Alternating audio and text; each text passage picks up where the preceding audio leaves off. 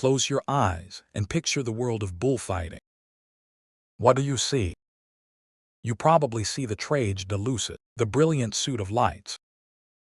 You hear the roar of a massive crowd in a sun-drenched arena in Madrid or Seville. You imagine a business built on legacy, romance, and millions of dollars in ticket sales, turning young dreamers into wealthy national icons. Open your eyes. Look at the ledger. The golden age is gone. Today, the reality of running a bullfighting school, an escuela taurina, is a brutal, exhausting war against modern economics. Behind the velvet capes and the grand traditions lies an industry bleeding cash, facing skyrocketing overheads and fighting a daily battle against public opinion. You are dealing with volatile livestock, astronomical liability insurance, and a customer base that shrinks with every passing generation. If you buy a bullfighting school thinking you're going to churn out the next millionaire matador and take a percentage of their glorious earnings, you are going to go bankrupt before the season even starts. Because here is the cold, hard truth. This is not the business of training elite athletes. It is the business of managing a controversial cultural heritage in a global market that actively wants you to fail. To understand how money moves in this deeply traditional space, we have to look at the three distinct business models operating today. Each serves a completely different master, and each survives on a completely different revenue structure. The first is the state-subsidized Heritage Academy, which is the most common traditional model in countries like Spain. These schools operate almost entirely as municipal or regional institutions. For the students, often young kids from working-class backgrounds, the tuition is completely free. So, who pays the bills? The taxpayer. The revenue model here is purely political. It relies on local government grants, cultural preservation funds, and subsidies designed to keep rural traditions alive. The moment the political winds change, the money vanishes. The second model is the private elite masterclass, usually owned and operated by a retired, famous matador. It operates like a high-end private sports academy. They charge steep tuition fees to wealthy families who want their children to learn the art of the arena. They aren't just selling training. They are selling access. They sell the founder's brand, their network of promoters, and their connections to elite livestock breeders. The margins here are better, but the target market is incredibly tiny. The third model is the tourist experience and hobbyist club. This is the model the purists despise, but ironically, it is the most economically viable. Located near major tourist hubs, these ranches cater to foreigners or wealthy hobbyists who want a weekend thrill.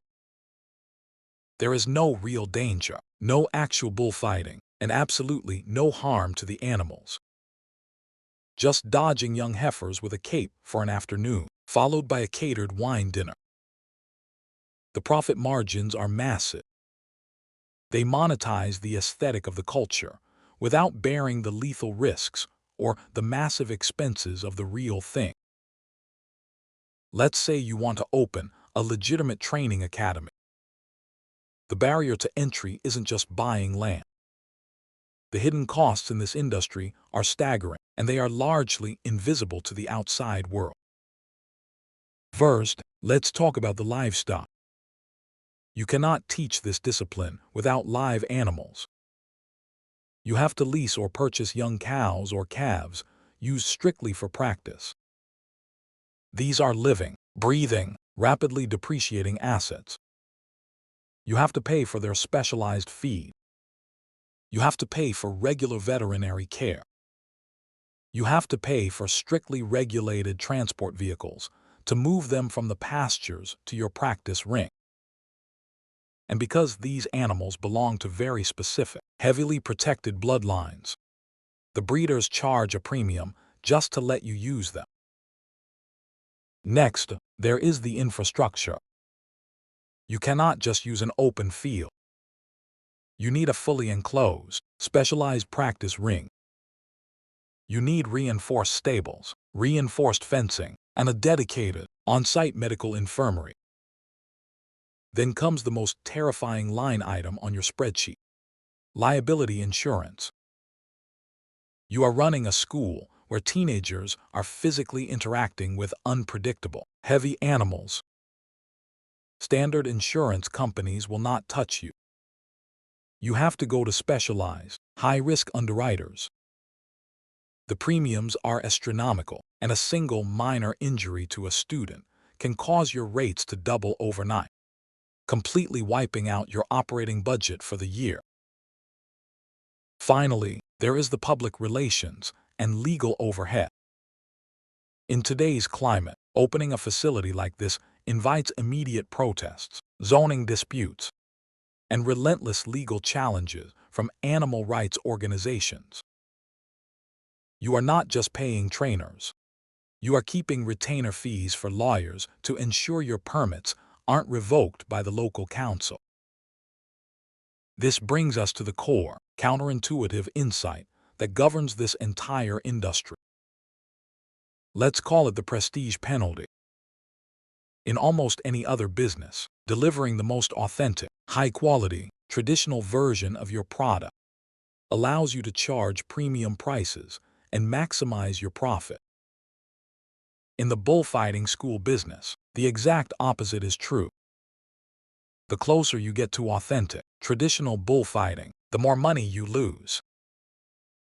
If you want to train real professionals, you face the highest insurance costs, the most expensive livestock fees, and the absolute maximum level of political and social backlash, all while serving a market of students who generally cannot afford to pay high tuition.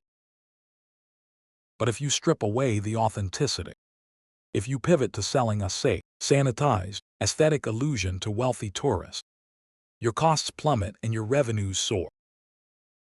The paradox of the industry is that its financial survival depends on the very commercialization that its traditionalists actively hate.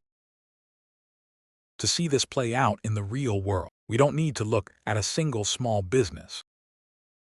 We can look at the sweeping structural changes that hit the major municipal schools across Spain over the last decade. Historically, major cities proudly funded their local schools with hundreds of thousands of euros annually. It was viewed strictly as civic cultural spending, much like funding a local theater or an orchestra.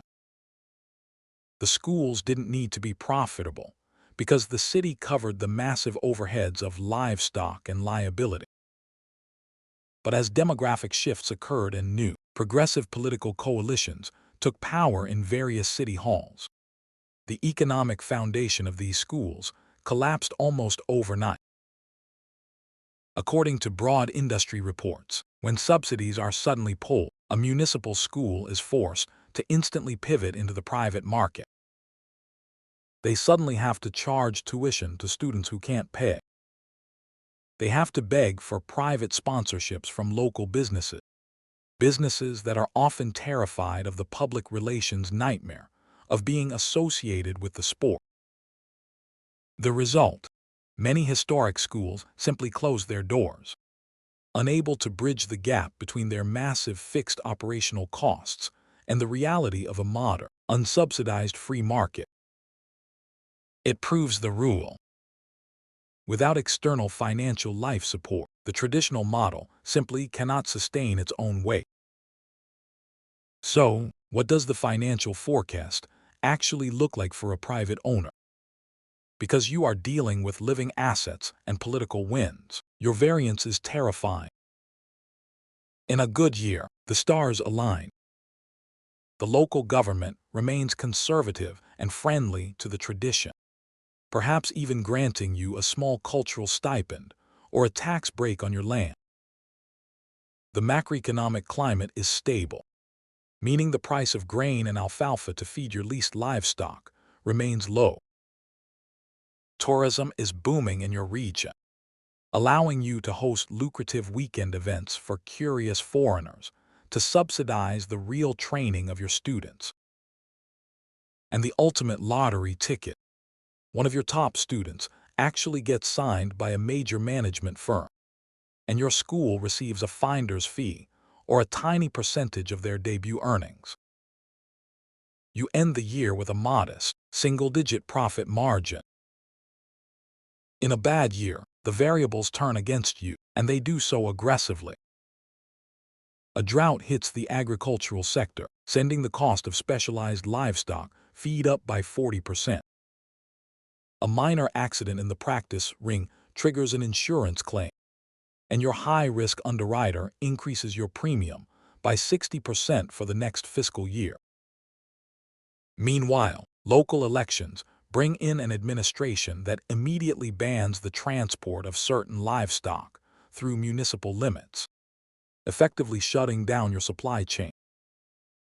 You are forced to cancel classes, but your fixed costs like land taxes, staff salaries, and facility maintenance remain exactly the same.